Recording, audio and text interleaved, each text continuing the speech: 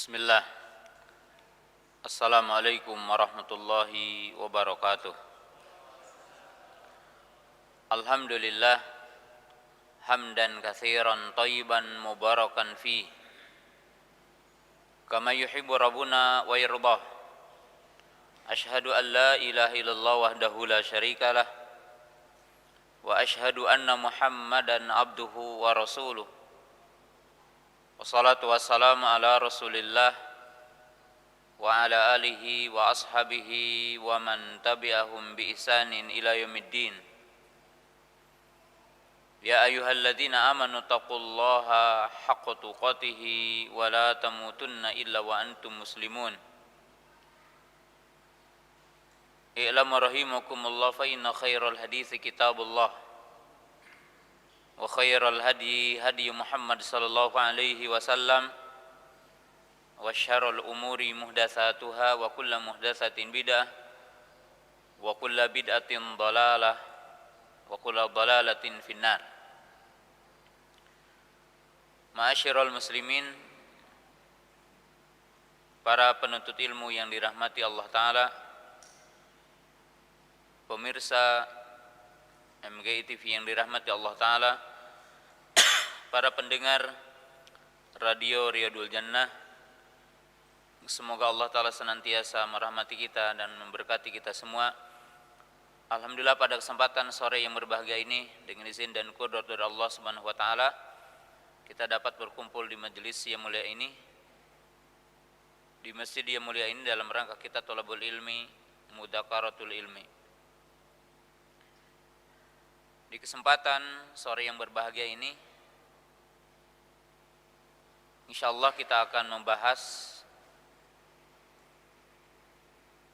satu perkara yang penting yang wajib diketahui oleh setiap mukmin,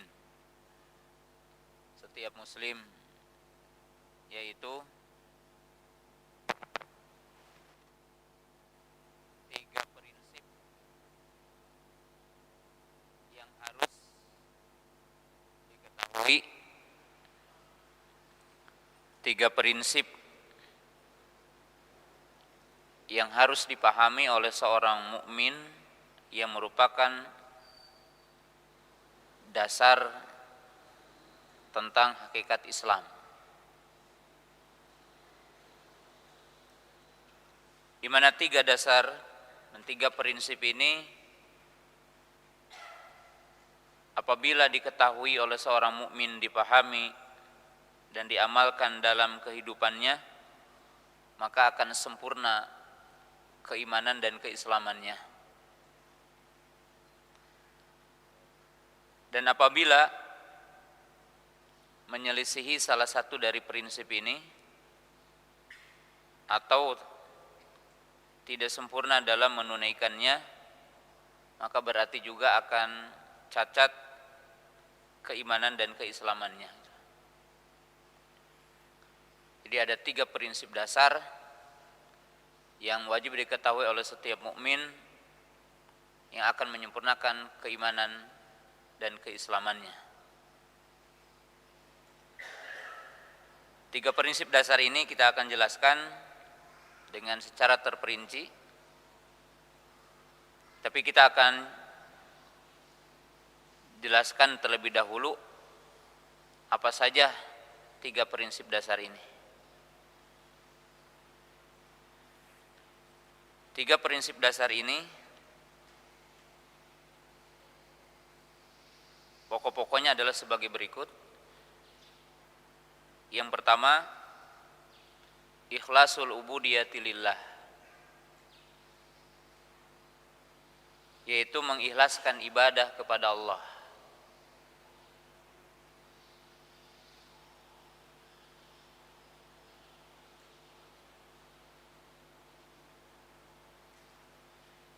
Tentunya di dalamnya adalah mencakup iman kepada Allah dan mengikhlaskan ibadah kepada Allah. Prinsip yang kedua adalah ittiba'us sunnah, al-imanu birisalah, mengikuti sunnah dan beriman kepada kerasulan, beriman kepada Rasul, mengikuti sunnah.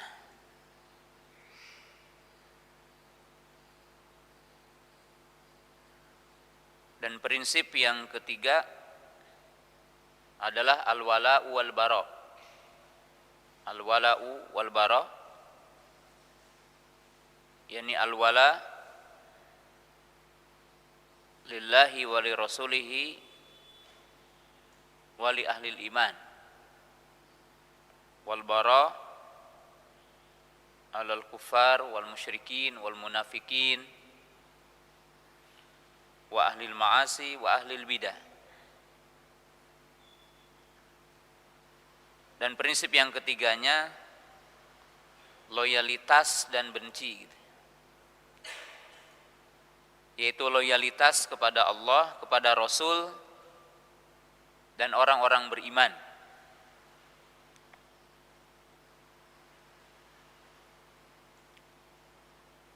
Bara artinya berlepas diri, benci, menjauhi kepada kekafiran, pelakunya, syirik dan pelakunya,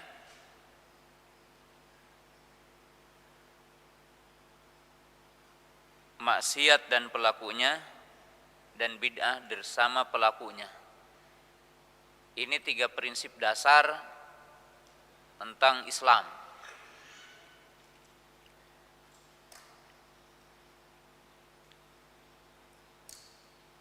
Syekh Muhammad bin Abdul Wahhab rahimahullahu ta'ala menyebutkan 3 prinsip ini dalam kitabnya Salasatul Usul, 3 landasan pokok, di mana beliau mengatakan i'lam rahimakallah annahu yajibu ala kulli muslimin wa muslimatin ta'allumu thalathi hadhil masail wal amalu bihinna.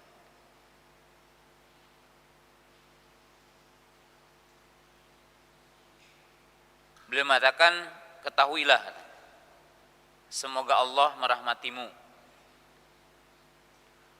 bahwasanya wajib bagi setiap mukmin laki-laki, muslim laki-laki dan muslim perempuan untuk mengetahui 3 perkara dan mengamalkannya. Yang tadi digambarkan 3 poin, lalu dijelaskan secara terperinci.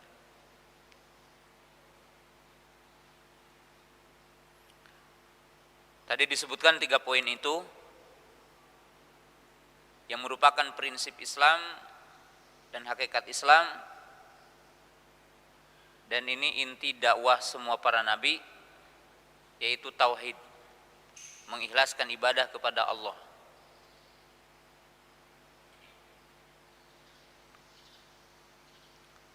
Dan prinsip yang kedua adalah beriman kepada Rasulnya dan mengikuti syariat Rasulnya, mentaati Rasulnya, mengikuti sunnah Rasulnya. Ini prinsip yang kedua. Dan prinsip yang ketiga tadi sebutkan bahwa orang yang mengikhlaskan ibadah kepada Allah dan mengikuti Rasulnya, maka dia tidak boleh berwala kepada orang kafir, dan dia tidak boleh barok kepada orang-orang beriman. Dia wajib wala kepada orang beriman dan barok kepada orang-orang kafir. Dan ini prinsip dalam Islam. Dan prinsip-prinsip ini kita akan jabarkan dengan perincian yang disebutkan oleh Syekh Muhammad bin Abdul Wahhab rahimahullahu ta'ala. Beliau mengatakan wajib atas setiap mukmin laki-laki, muslim laki-laki dan muslim perempuan untuk mempelajari 3 perkara dan mengamalkannya. Al-ula, anallah khalaqana wa razaqana wa lam yatrukna hamala bal arsala ilaina rasulan faman ata'ahu dakhala jannah wa man asahu dakhalan nar. Wa dalilu qauluhu ta'ala inna arsalna ilaikum rasulan syahidan alaikum Kama arsalna ila fir'auna rasula fa asa fir'aunu rasula fa akhadnahu akhdaw wabila. Nah, prinsip yang pertama, ya ini dirinci ya, walaupun tidak dalam susunan tadi ya. Prinsip yang pertama, sesuatu yang harus kita pelajari itu dan diamalkan, bahwa Allah menciptakan kita dan Allah memberi rizki kepada kita, dan Allah tidak membiarkan kita sia-sia. Artinya tidak diperintah, tidak dilarang.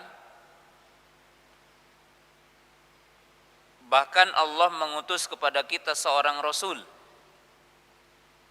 Siapa yang mentaatinya akan masuk surga, dan siapa yang maksiat kepadanya akan masuk neraka. Dalilnya adalah firman Allah Ta'ala pada surah Al-Muzammil ayat 15, ayat 16. Inna arsalna ilaikum rasulan syahidan alaikum. Sesungguhnya kami, kata Allah, telah mengutus kepada kalian seorang Rasul sebagai saksi atas kalian. Kama arsalna ila fir'auna rasula, sebagaimana kami telah mengutus kepada Fir'aun seorang Rasul. Di antaranya adalah Musa alaihi salam.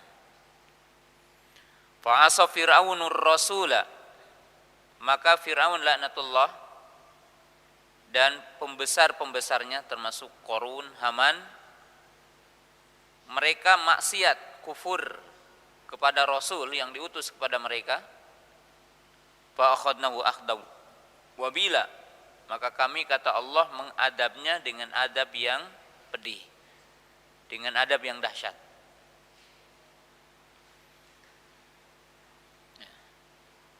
Jadi ini prinsip yang pertama.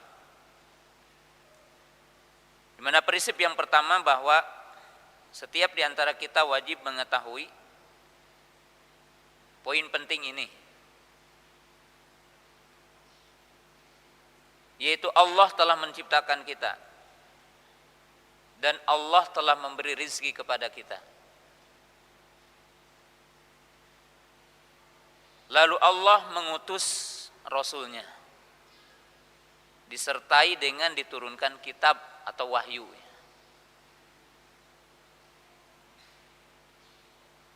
untuk membimbing manusia, untuk mengajari manusia kepada jalan yang lurus, agar mereka selamat dari azabnya dan masuk kepada rahmatnya. Itu rahmat Allah Ta'ala.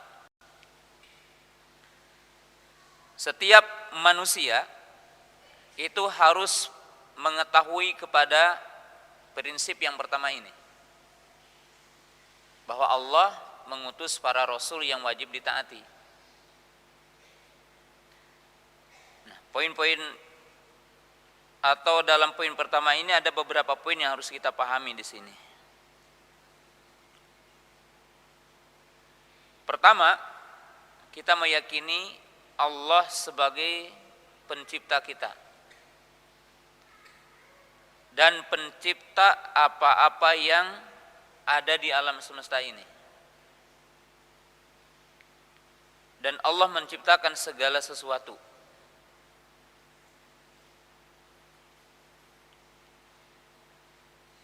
Dalil yang menunjukkan bahwa Allah menciptakan kita adalah banyak ya.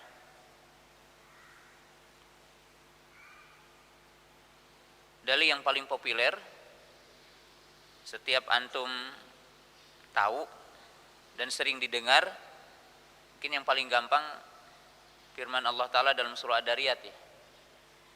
Wa ma khalaqtul jinna wal insa illa liya'budun.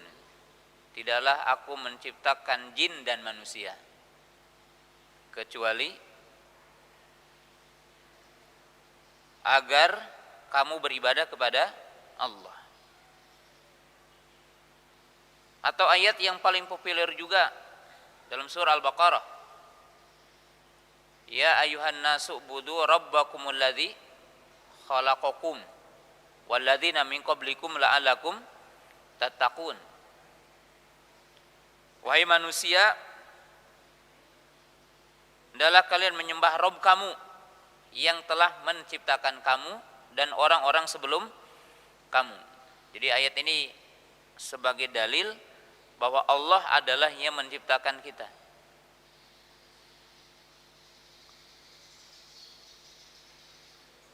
Atau dalam surah yang lainnya, wallahu khalaqakum wa ma ta'malun. Dan Allah yang menciptakan kamu dan apa-apa yang kamu perbuat. Itu dalam surah apa? As-Saffat, ya, pada ayat 96.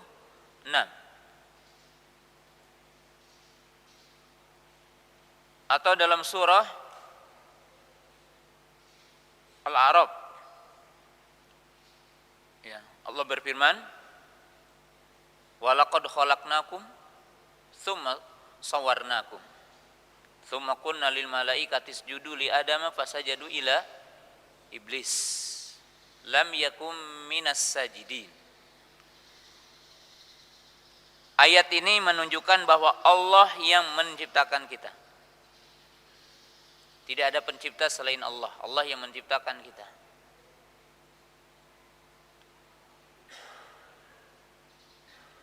Dan Allah yang memberi rizki kepada kita.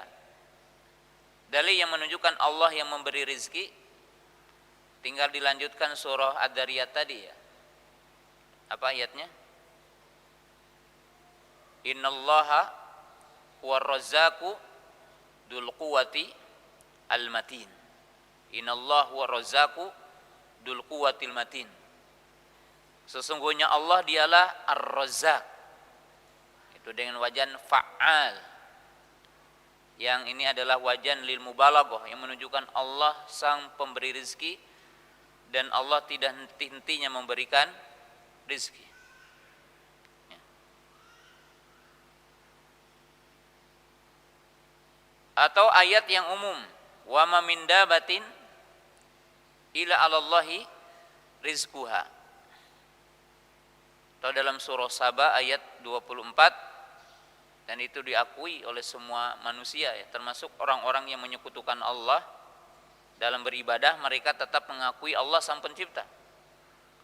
Qul man yarzuqukum minas samawati wal ard qulillah. Katakan, siapa yang memberi rezeki pada kalian, ya, yang di langit dan yang di bumi, maka akan dikatakan Allah. Jadi di sini semua makhluk diberi rezeki oleh Allah Ta'ala. Sebagaimana ada beberapa ayat yang berkaitan dengan larangan membunuh anak, ya, karena takut rezeki.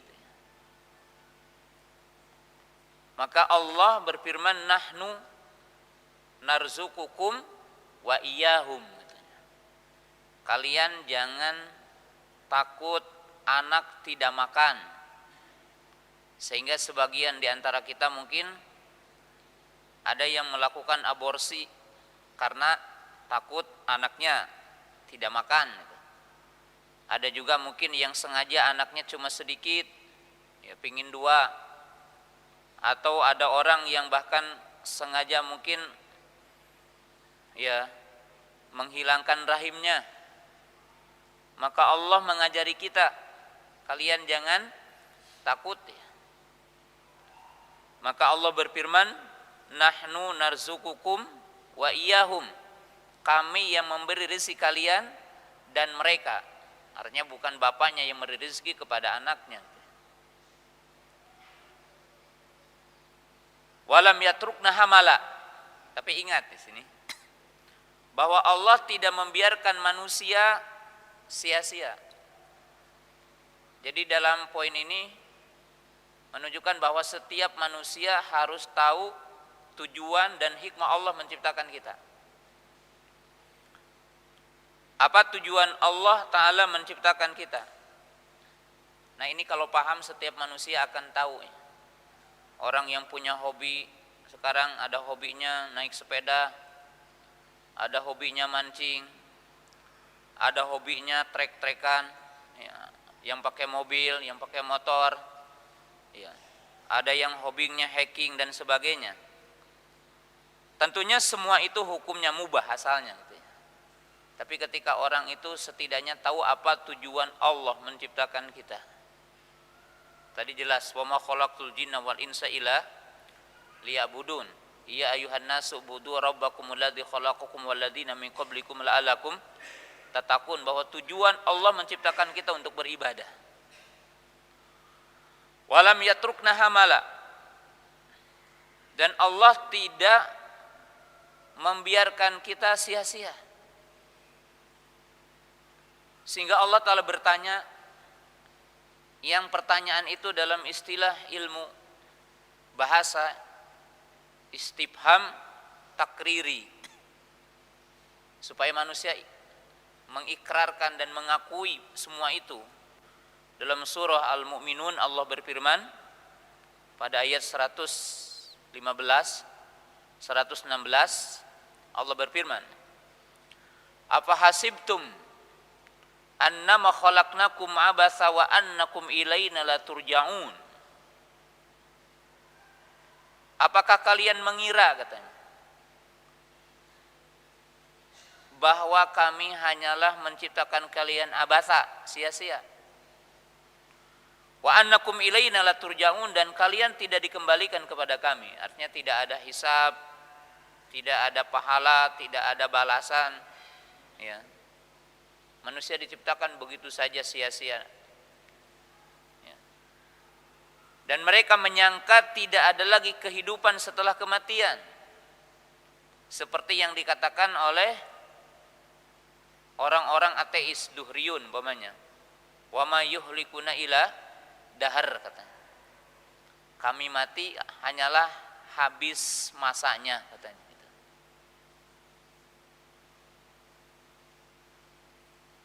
Ayahsabul insanu an yutraka sudah. Apakah manusia mengira akan dibiarkan begitu saja sia-sia, biduni amrin wala nahyin. Jadi tanpa perintah, tanpa larangan. Qala bal arsala ilaina rasulan syahida. Ingat bahwa Allah telah mengutus kepada kita rasul. Siapa yang mentaatinya akan masuk surga, dan siapa yang maksiat kepadanya maka akan masuk neraka. Siapa yang mentaatinya akan masuk surga, dan siapa yang maksiat kepadanya akan masuk neraka.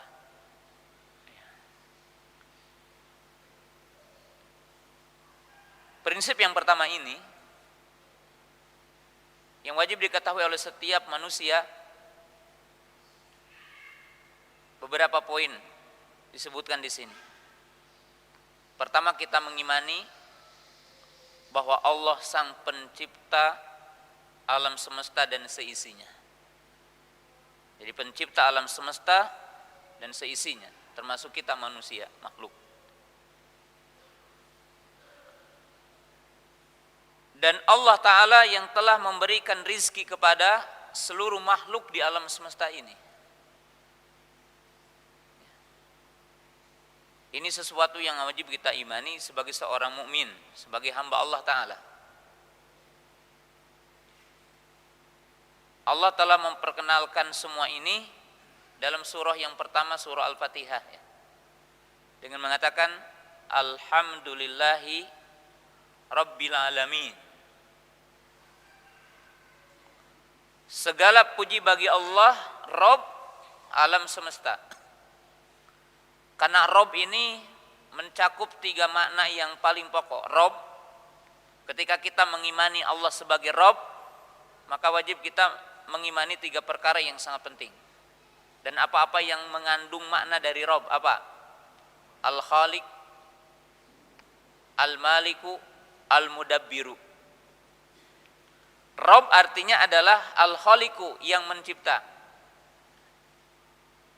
Rabb artinya adalah Al-Malik, yang memiliki, yang menguasai. Rabb artinya adalah al-mudabbir, yang mengatur, yang mengurus alam semesta ini. Dan merupakan kesempurnaan rububiyah Allah. Tidak mungkin Allah menciptakan manusia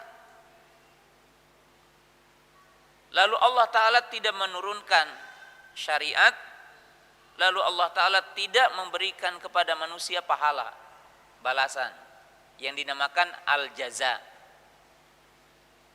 Al-jaza.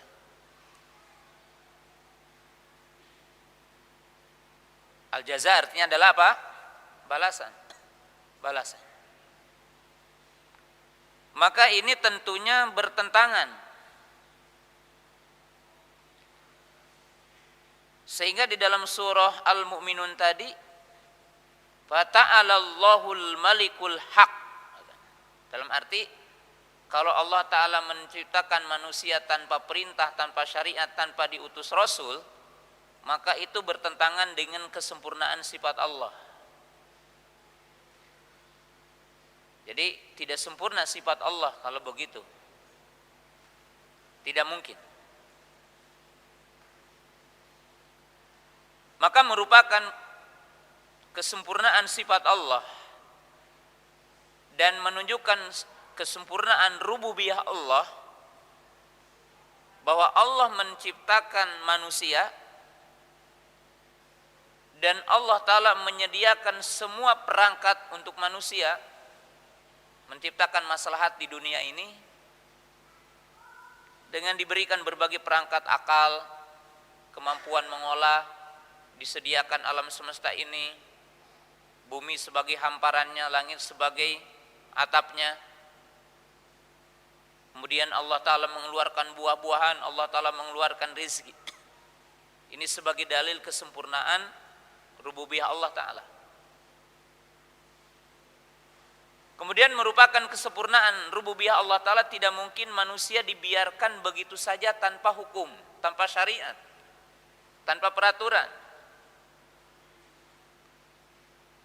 Bagaimana manusia ini menciptakan maslahat, menolak madarat untuk kehidupan dunianya dan kehidupan akhiratnya.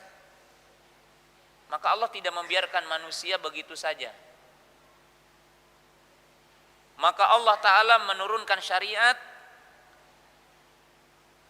kepada manusia dengan mengutus nabi, dengan mengutus para rasul untuk menciptakan maslahat manusia dunia akhirat.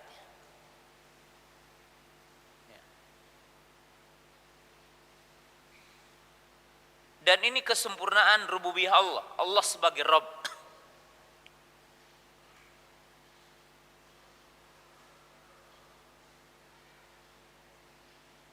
Sesuatu yang wajib kita imani di sini. Dan ini menunjukkan kepada kesempurnaan semua sifat Allah.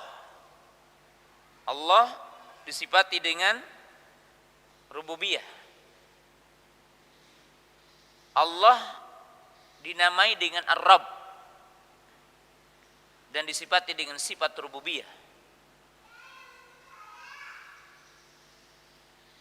Kaum muslimin pemirsa yang dirahmati Allah Ta'ala,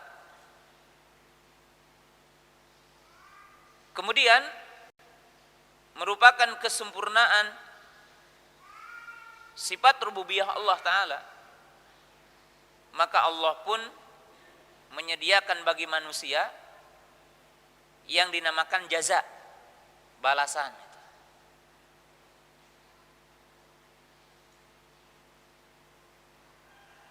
Maka setiap manusia wajib mengimani adanya yaumul jaza, adanya hari pembalasan, adanya masa kehidupan setelah kematian. Allah menyediakan surga bagi ahlu taat dan Allah menyediakan neraka bagi orang-orang yang durhaka kepadanya. Maka ini adalah merupakan kesempurnaan. Maka lihat oleh para ibu, para bapak, ya, surah Al-Fatihah disebutkan Maliki Yaumiddin, menunjukkan adanya jaza, adanya pembalasan. Ya. Iyyaka na'budu wa iyyaka nasta'in ihdinas siratal mustaqim. Jadi di situ menjelaskan tentang Islam secara kafah, secara menyeluruh, surah Al-Fatihah. Ya, surah Al-Fatihah ini menjelaskan tentang Allah, sifat-sifat Allah, nama-nama Allah. Kemudian menjelaskan tentang syariat, ihdinas siratal mustaqim, yaitu jalan yang ditempuh oleh para nabi, jalan yang dibawa oleh para nabi, syariat yang dibawa oleh para nabi, itu yang namanya siratal mustaqim, syariat. Lalu disebutkan jaza, pembalasan, maliki yaumiddin. Lihat di dalam surah Al-Baqarah 20 ayat pertama. Jadi silahkan oleh para ibu, para bapak baca surah Al-Baqarah di 20 pertama.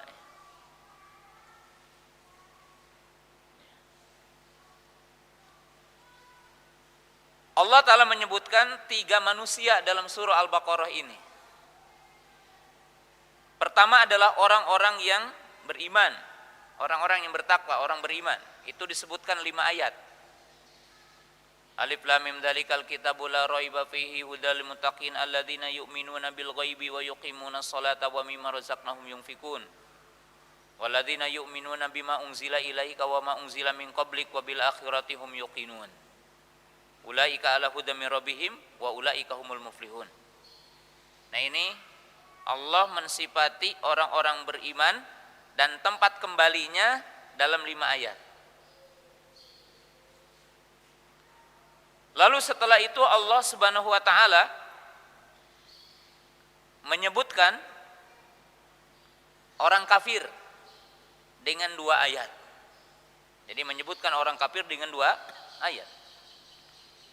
Innal ladzina kafaru sawa'un 'alaihim andzartahum am lam tundzirhum la yu'minun. Khatamallahu 'ala qulubihim wa 'ala sam'ihim wa 'ala absarihim ghishawatun wa lahum adzabun 'adzim. 2 ayat.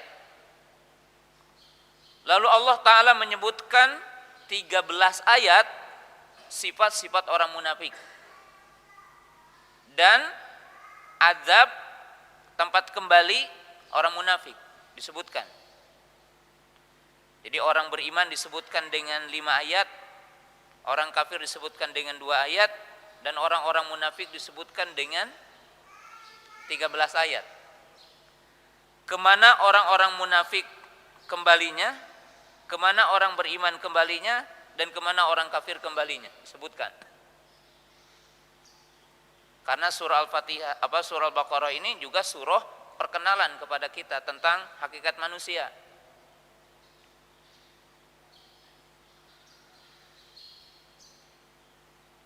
Lalu Allah Subhanahu wa taala menyebutkan setelah itu tentang beberapa argumentasi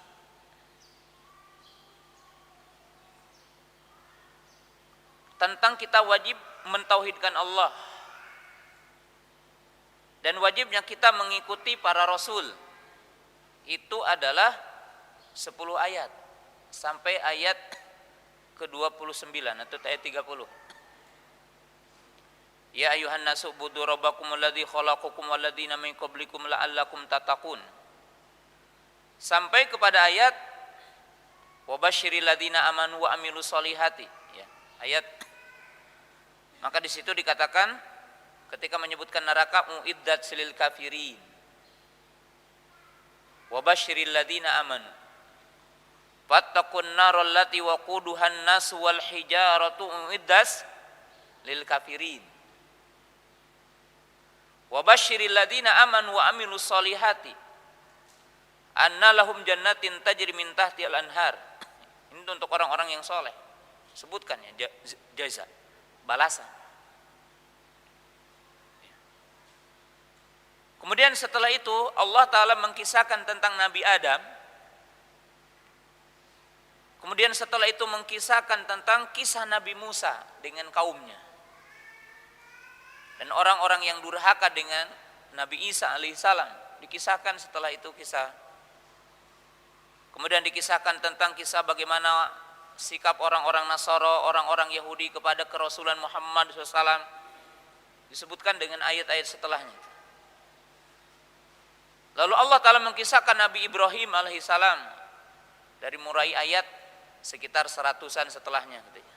Jadi Allah Ta'ala mengkisahkan kisah Nabi Adam, Allah mengkisahkan kisah Nabi Musa setelah itu. Kemudian setelah itu Allah Ta'ala mengkisahkan kisah siapa? Nabi Musa alaihissalam. Disebutkan kisah Nabi Musa alaihissalam. Setelah itu Allah Ta'ala menyebutkan tentang beberapa hukum dalam surah Al-Baqarah. Apa saja? Tentang mawaqitus sholat, tentang puasa, tentang haji. Kemudian apa? Tentang hukum-hukum pernikahan ya, dalam semua surat Al-Baqarah. Kemudian tentang bagian jual beli ya. Kemudian tentang jinayat, walakum fil qisasi hayatun li ulil albab, ada dalam surah apa? Surah apa? Al-Baqarah. Ini tercakup karena surah Al-Baqarah itu penjabaran dari surah Al-Fatihah. Nah, di ujungnya diakhiri lagi dengan tauhid, yaitu ayat amana rasulu bima unzila ilaihi wal mu'minun kullun amana billahi wa malaikatihi. Artinya berbicara tentang iman secara total. Beriman wajib kepada Rasul. Ya. Ini gambaran yang luas ketika Allah menjelaskan surah Al-Baqarah. Ya. Yang wajib dipahami oleh setiap mukmin. Dan apa yang dijelaskan oleh Syekh Muhammad bin Abdul Wahhab rahimahullahu taala, ini gambaran semua ini. Karena beliau adalah orang yang faqih kepada Quran, faqih kepada hadis. Membuat kalimat-kalimat yang merupakan rangkuman dari pemahaman Quran. Beda dengan kita hari ini bikin kalimat semaunya, nggak ada penjelasannya. Para ulama beda. Mereka sangat jelas sekali.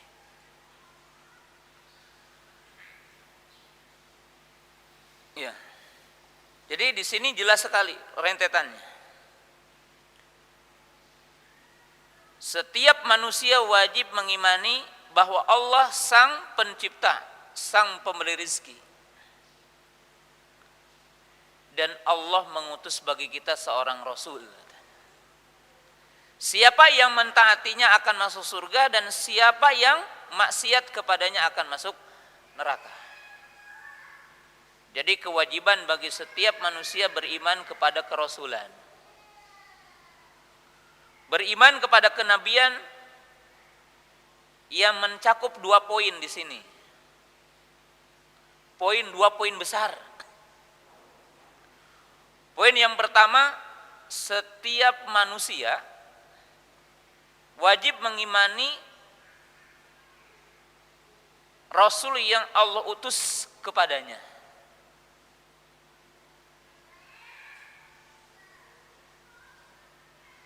Siapa yang tidak mengimani kerasulan, siapa yang tidak mengimani Rasul yang Allah utus, maka dia akan menjadi penghuni neraka,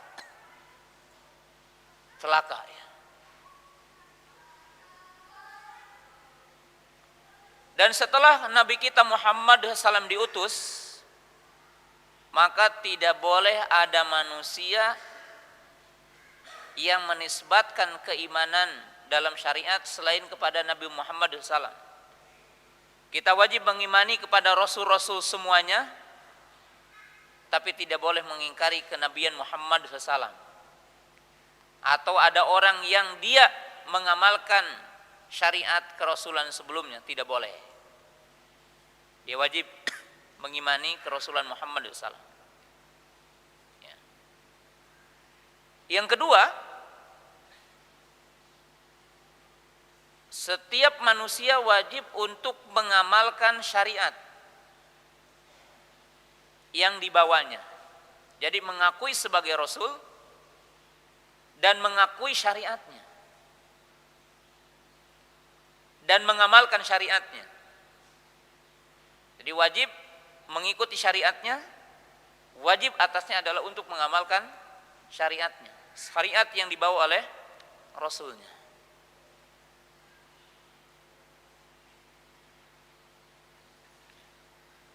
Sehingga Nabi SAW mengatakan, kullu ummati yadkhulunal jannata illa man aba.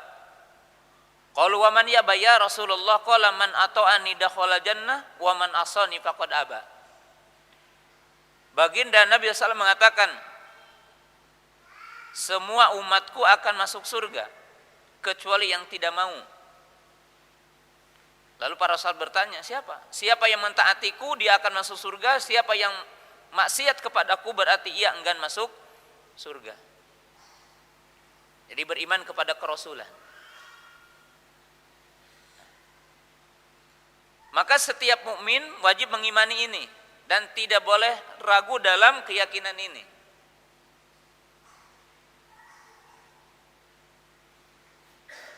Setelah Nabi kita Muhammad SAW diutus sebagai Rasul dan Nabi terakhir,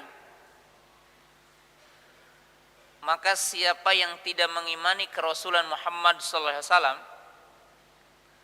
dan mengingkari kerasulan Muhammad SAW, maka ia adalah kafir dan penghuni neraka.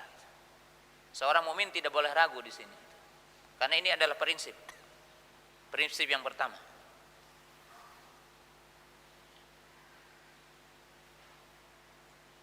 Wajib atas kita adalah untuk mengimani Rasul,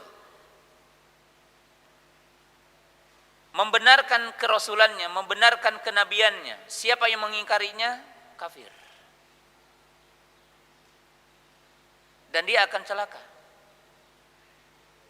Baginda Nabi SAW mengatakan,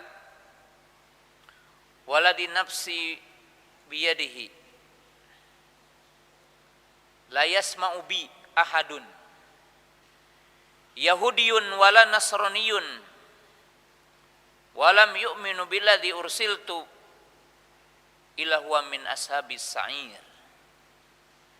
Baginda Nabi SAW mengatakan, tidak ada orang yang mendengar dan mengetahui tentunya kenabianku, baik dia Yahudi ataupun Nasrani, dan dia tidak mengimani apa yang aku bawa, kecuali dia akan menjadi penghuni neraka.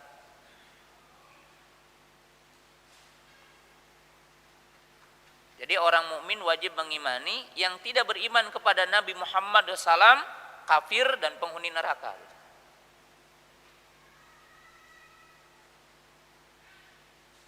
Tidak boleh kita mengatakan oh sama-sama menuju Allah. Enggak, mereka tidak menuju Allah. Karena Allah telah menggariskan jalan menuju Allah, yaitu syariat yang dibawa oleh Nabi SAW yang merupakan penghapus kepada seluruh syariat sebelumnya. Dan ini prinsip ya, prinsip yang tidak boleh dalam diri seorang mukmin ragu ya, tentang poin ini.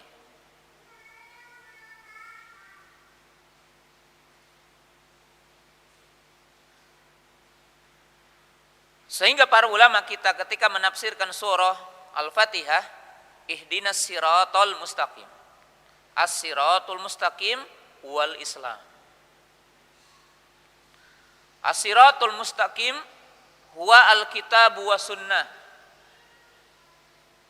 As-siratul mustaqim huwa tariqatu as-salafi salih. As-siratul mustaqim huwa tariqatu ahli sunnati wal jamaah. Demikian para ulama berbeda-beda menafsirkannya. Ketika para ulama menafsirkan surah Al-Fatihah pada ayat ihdinas siratal mustaqim, apa yang dimaksud dengan as-siratal mustaqim? Maka para ulama menjelaskan dengan berbeda-beda redaksi. Redaksi yang pertama dikatakan dia adalah Islam. Jadi dia adalah Islam. Terkadang mereka mengatakan Quran dan Sunnah. Jadi jalan yang lurus adalah Quran. Dan Allah telah berfirman, inna hadal Qur'ana yahdi lillati hiya aqwam. Alhamdulillahilladzi anzala alaihil kitaba wa lam yaj'al lahu iwaja.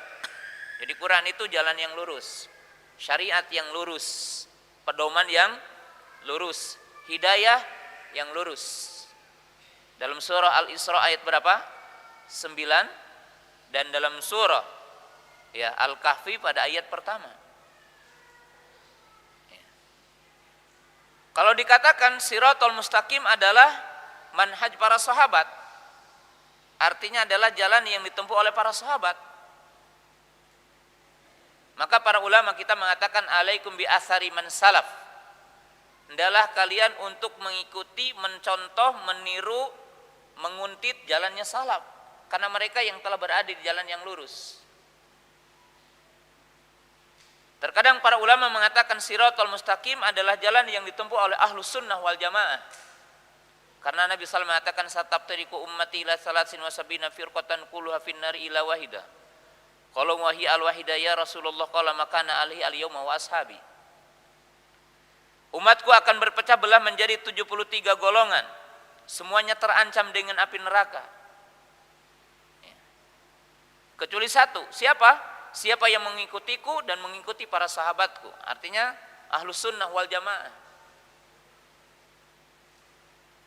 Maka jalan yang ditempuh oleh orang Khawarij, jalan yang ditempuh oleh orang-orang Murji'ah, jalan yang ditempuh oleh orang-orang Qadariyah, jalan yang ditempuh oleh orang-orang Rafidhah Syiah, itu jalan yang bukan Siratal Mustaqim.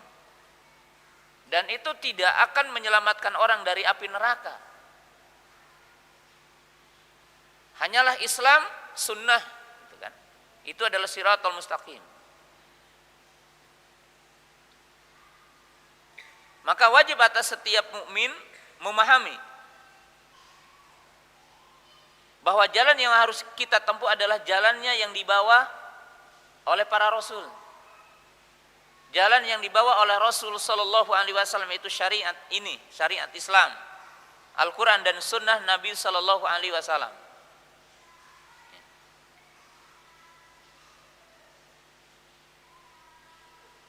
Dan ini prinsip yang pertama. Dan prinsip yang pertama ini wajib betul-betul dipahami dengan benar.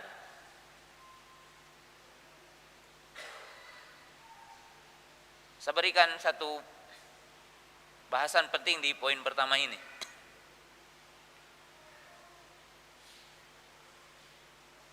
Mengikuti syariat Nabi SAW, mengikuti agama Nabi kita Muhammad SAW, yaitu Islam dan syariat Islam, itu salah satu jalan yang akan menciptakan kebaikan bagi manusia di alam semesta ini. Jadi prinsip kebaikan di alam semesta ini. Ya, tidak boleh nanti ada orang yang mengatakan kalau orang itu berpegang teguh dengan Islam, oh radikal gitu. Atau wah ini membahayakan. Pahami Pak? Ada 3 hal yang harus dipahami. Allah Ta'ala telah mensifati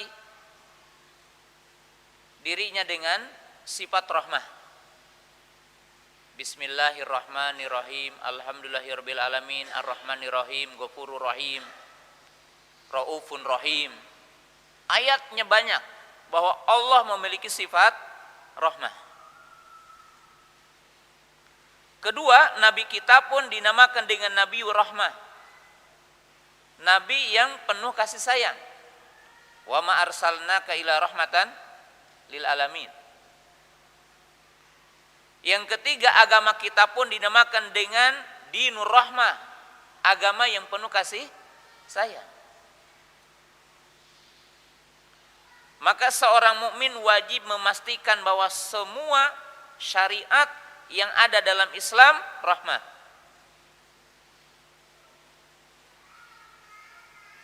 Jadi semua prinsip-prinsip syariat yang ada dalam Islam, satuan-satuan syariat yang ada dalam Islam itu rahmah semuanya.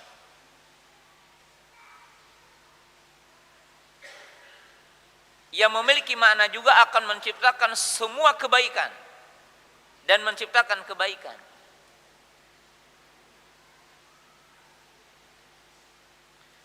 Kalau diartikan radikal dalam arti kekerasan ataupun perbuatan yang membuat tidak menyenangkan itu. Karena radik sendiri ya artinya komitmen, karena tidak setiap radikal dalam arti makna jelek gitu. Hanya saja mungkin sekarang diistilahkan dengan makna yang keliru gitu. Karena kalau saya ya radikal dalam Islam, dalam arti komitmen dalam Islam. Ketika saya ditanya, Pak, hukumnya khamar apa? Ya haram, itu radikal artinya. Komitmen mengatakan yang benar dalam Islam.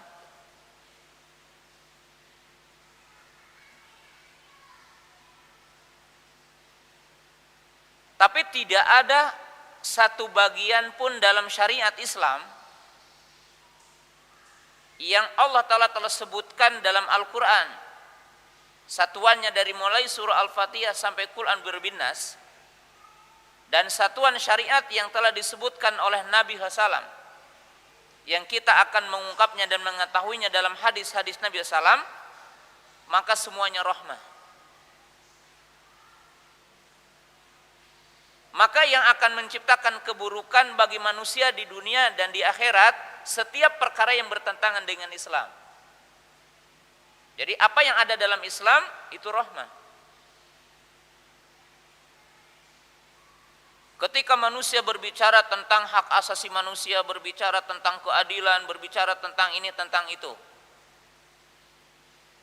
maka seorang mukmin wajib meyakini keadilan, rahmah setiap perkara yang ada dalam Islam. Yang memiliki makna akan kerusakan adalah setiap perkara yang bertentangan dengan Islam. Seorang mukmin tidak boleh ragu sedikit pun tentang prinsip ini. Potong tangan rahmah, ranjam rahmah, ya. Kisos adalah rahmah. Orang-orang yang mengatakan hukum kisos adalah tidak manusiawi adalah orang yang lemah cara berpikirnya. Orang-orang yang dipastikan akalnya bermasalah. Karena Allah telah melegalisasi dengan mengatakan wa fil qisasi hayatun liulil albab. Hanya ulil albablah orang yang paham bahwa kisos itu rahmah. Orang yang tidak paham berarti bukan ulil albab, itu manusia pinggiran. Bukan manusia intelek. Bahkan para ibu perhatikan,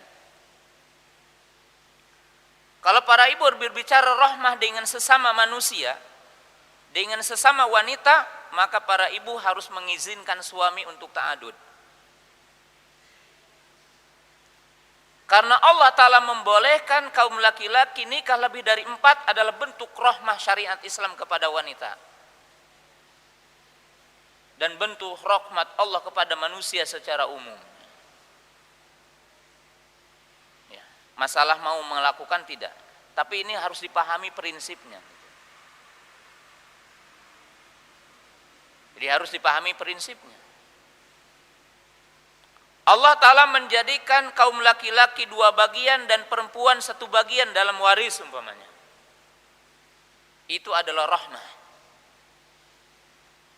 Rahmah. Orang yang mencoba-coba bertanya-tanya menunjukkan bahwa pertanyaannya itu adalah orang yang belum sampai pemahamannya dan belum sampai akalnya. Oleh sebab itu para ulama mengatakan ketika orang mukmin melihat apa yang ada dalam Al-Quran, baik yang berkaitan dengan akidah atau berkaitan dengan syariat, lalu dia merasakan tidak masuk akal, maka yang dicacati adalah akalnya, bukan syariatnya. Kenapa? Karena kalam Allah itu sempurna dan syariat Allah itu sempurna. Nah, ini prinsipnya yang wajib diketahui oleh setiap mukmin. Karena Allah mengutus Rasulnya untuk apa? Mengutus Rasul membimbing manusia untuk hidup di alam semesta ini untuk maslahat hidupnya di dunia, dan dia akan maslahat nanti yaumul qiyamah. Kaum muslimin pemirsa yang dirahmati Allah Ta'ala, ini prinsip ya, setiap mukmin tidak boleh ragu dengan prinsip ini.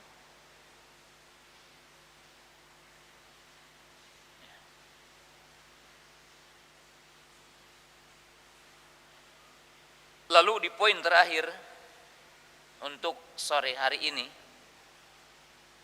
di mana poin ini kita akan bahas mungkin insya Allah di bulan depannya, bagian yang lainnya.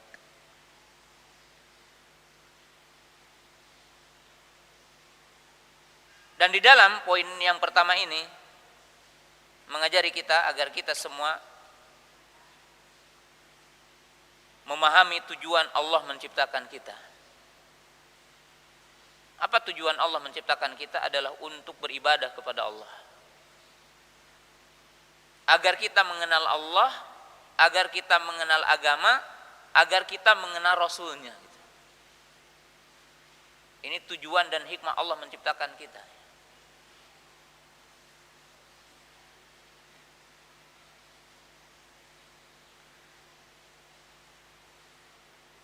Saya tidak berbicara politik di masjid ini, tapi saya akan mengisyaratkan perkara yang penting kepada orang yang sedang berlomba politik. Ingat ya, bahwa kita tidak akan kekal di dunia ini. Kita akan mati. Dan tujuan utama Allah menciptakan kita bukan kita untuk berlomba-lomba mencari kekuasaan, dan untuk berlomba-lomba mencari harta. Kenapa para ibu, para bapak yang saya hormati dan pemirsa yang dirahmati Allah Ta'ala? Renungan sederhana ya, renungan sederhana. Kalau antum dapat uang 1 juta atau dapat uang 100 juta, ada yang dapat uang 1 miliar, ada dapat uang 1 triliun. Kita gambarkan saja dari mulai uang 1 juta, uang 100 juta, uang 1 miliar, uang 1 triliun. Peganglah dia. Dia bertanya-tanya. Pertama, dia bertanya,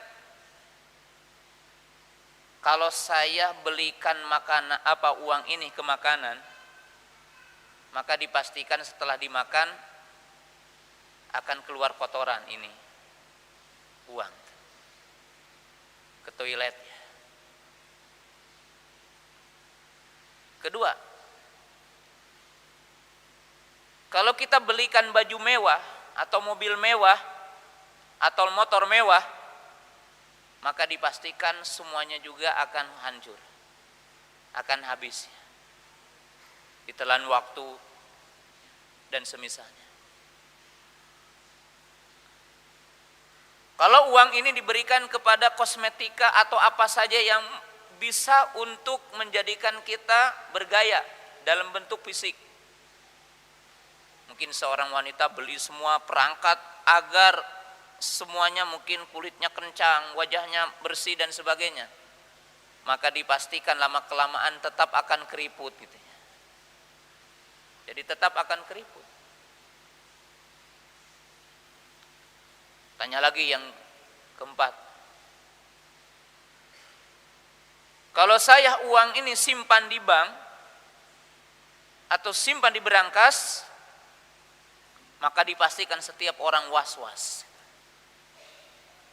Tetap was-was. Simpan di bank akan begini, simpan di ini akan begini. Sampai kepada poin terakhir. Kalau saya uang ini infakkan, bikin masjid, bikin sekolah, berinfak, bersedekah, maka seorang mukmin meyakini bahwa ia akan mendapatkannya nanti yaumul qiyamah. Setiap mukmin hanya bertanya itu. Hanya saja mungkin kita jarang melakukan renungan yang sesederhana itu ketika kita pegang sesuatu yang berkaitan dengan harta. Sekarang tanya yang kedua. Ketika Anda berkuasa, mau apa? Ketika Anda berkuasa, mau apa? Pertanyaan. Pertama, jika Anda berharap kekuasaan ini akan langgeng, untuk sementara di Indonesia dipastikan paling cuma 10 tahun kalau jadi presiden. Kalau jadi bupati, kalau jadi gubernur, kalau jadi presiden dipastikan bahwasanya dia hanya akan berkuasa 2 periode. Setelah itu apa? Jadi masyarakat biasa atau dia ke penjara? Hanya itu pertanyaan. Jadi masyarakat biasa atau dia ke penjara? Tuh.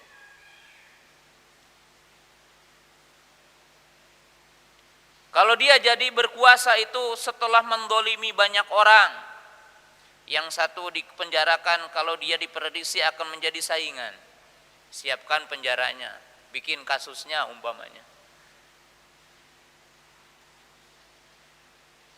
Semua orang akan bertanya, apa dengan kekuasaan Anda itu? Tetapi ketika orang mukmin berkata kekuasaan ini adalah bagian dari jalan ke surga,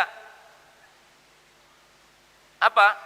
Maka dia membuat kebijakan-kebijakan yang berkaitan dengan penegakan syariat, membuka pintu-pintu kebaikan.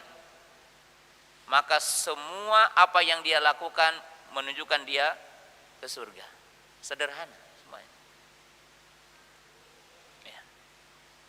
Jamaah yang dirahmati Allah Ta'ala. Terakhir,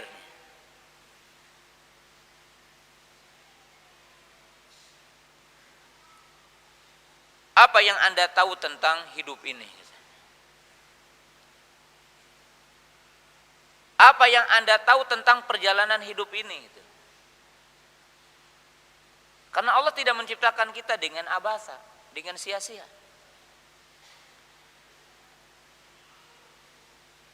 Dan apa yang akan Anda lakukan di muka bumi ini?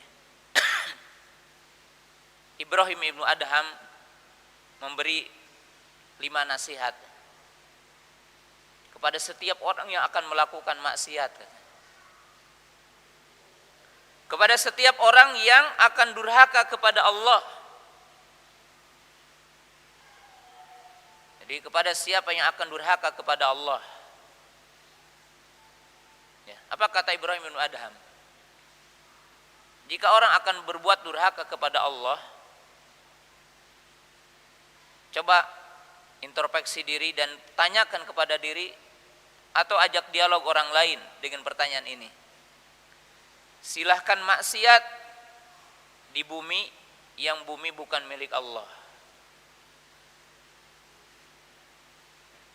Kalau Anda tahu bumi ini milik Allah, maka berbuatlah seperti Anda ketika bertamu kepada rumah orang. Maka ikutilah peraturan pemilik rumah. Demikian juga kita ikutilah peraturan yang menciptakan bumi, Allah Ta'ala. Allah tidak ridho menghukumi manusia dengan buatan manusia. Allah ridho kalau manusia ini menghukumi manusia dengan hukumnya. Ya. Allah tidak ridho kalau bumi ini dibuat maksiat. Allah tidak ridho kalau bumi ini dibuat kemaksiatan. Allah tidak ridho. Allah tidak ridho dengan orang-orang yang minum khamr. Allah tidak ridho dengan orang-orang yang berbuat zina. Allah tidak ridho dengan orang-orang yang melakukan perkara yang haram. Allah tidak ridho. Allah ridho dengan orang-orang yang taat. Harus tahu nih. Yang kedua katanya, silakan kamu maksiat jika ada rizki yang bukan datang dari Allah. Jika ada rizki yang bukan diturunkan dari Allah, tidak ada. Maka pastikanlah setiap mukmin itu taat kepada Allah. Taat kepada Allah. Ketiga katanya, silakan maksiat di tempat yang Allah tidak melihatmu. Sekarang orang yang ingin berkuasa, ingin punya harta, ingin punya jabatan dengan melakukan maksiat dan melakukan manipulasi, dia mengatakan tidak ada yang lihat, tidak ada yang tahu. Musuh tidak tahu, musuh dapat dimanipulasi, musuh bisa direkayasa. Tapi ingat, Allah tidak buta dari semua itu. Allah tahu kalau Anda sekarang berkuasa dengan melakukan kezaliman, Anda berkuasa hari ini adalah dengan melakukan manipulasi dan sebagainya. Allah tahu. Kalau seseorang menjadi pejabat negara lalu dia korupsi, dia mengatakan saya selamat dari KPK. Iya, KPK tidak melihat tapi Allah melihat. Dan semua apa yang dilakukan akan ditimbang nanti yaumul qiyamah. Yaumul hasyr. Semua manusia akan bersap-sap menghadap Allah Ta'ala. Dan tidak ada yang luput sedikit pun apa yang dilakukan oleh manusia. Lihat dalam surah ya, yang ke-18 ya, Allah menjelaskan. Ketika manusia itu dikumpulkan di padang mahsyar, tidak ada, Allah mengetahuinya. Ya, sekarang selamat ya, orang yang korupsi hari ini selamat dari pengetahuan orang, dan dia tidak hendus umpamanya sama KPK, dia akan diketahui. Dia diketahui Allah Ta'ala. Yang keempat kata Ibrahim bin Adham, apa kata beliau? Silakan Anda untuk durhaka kepada Allah jika Anda mampu untuk bernego dengan malakul maut ketika menyebut nyawamu.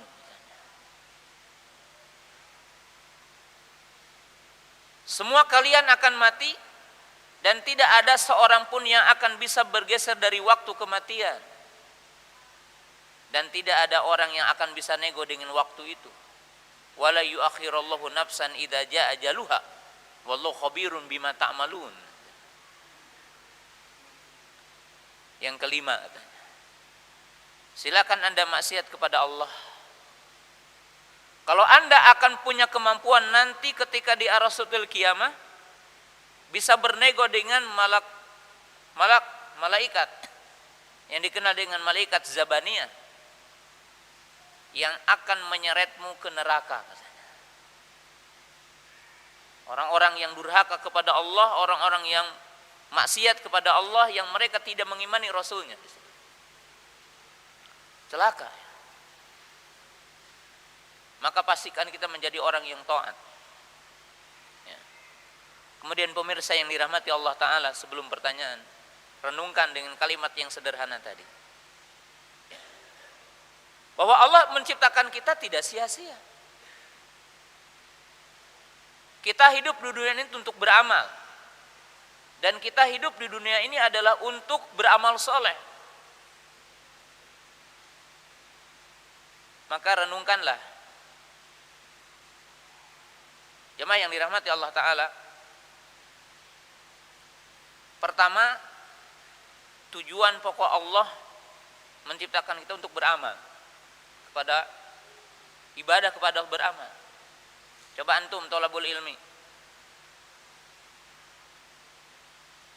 amal. Antum jangan mengawali dengan gibah, sibuk mencari kesalahan orang, sibuk ini, sibuk itu. Enggak, antum beramal. Berapa sih amal antum? Berapa sih amal kita gitu? Kita bertanya.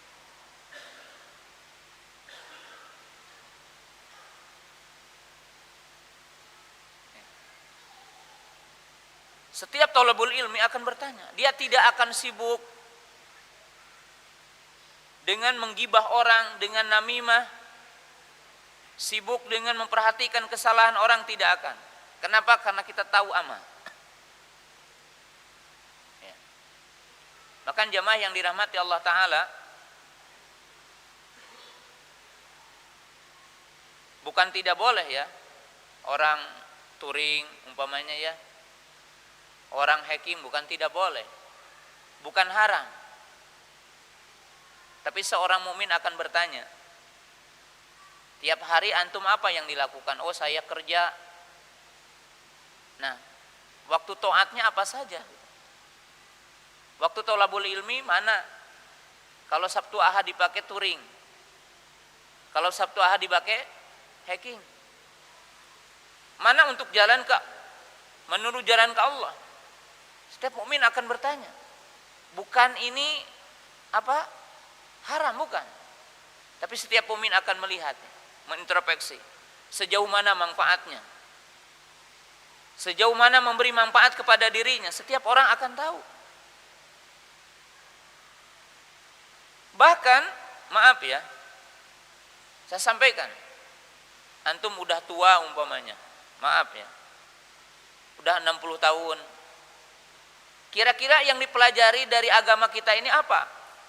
Apa perlu antum belajar bahasa Arab jurmiyah umpamanya? Sedangkan antum rincian akidah saja, nggak apa? Ya belajar aja akidah diterjemahin sama ustadz, nggak perlu belajar jurmiyah. Udah ketuaan itu.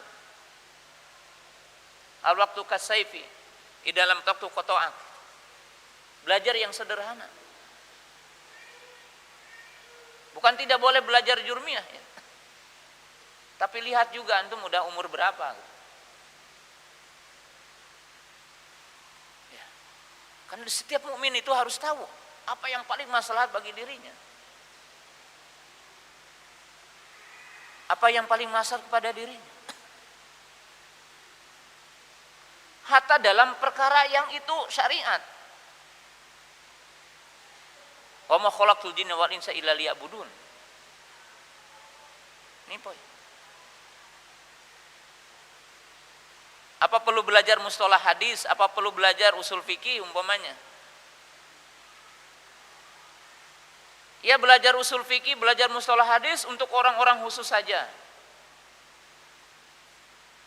Cukup mendengar hadis sahih begini ya, usah diperdalam. Sedangkan antum begitu banyak ilmu yang mestinya diamalkan sehari-hari belum ada gitu. Ini prinsip belajar. Tidak perlu kita juga harus semua media digunakan. Ya, tidak perlu hari ini semua media digunakan. Kenapa?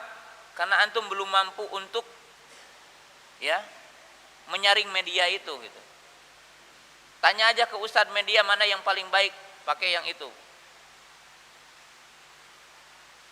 Jangan semua dalam WhatsApp ditanya ini, ditanya itu, kemudian di-upload ini sepotong-sepotong.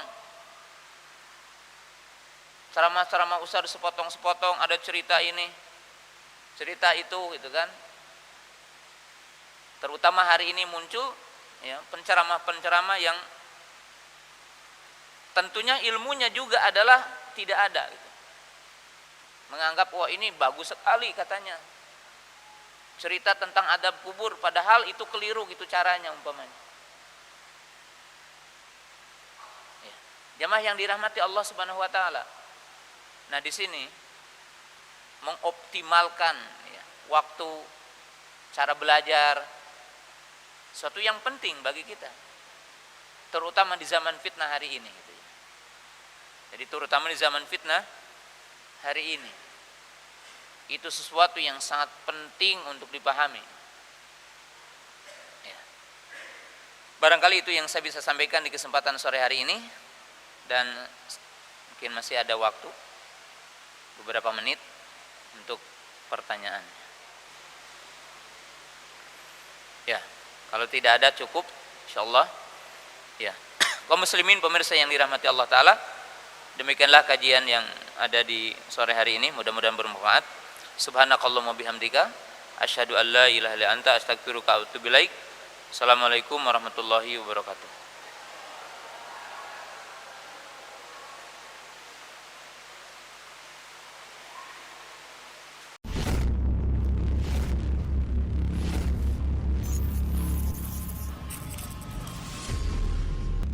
MGI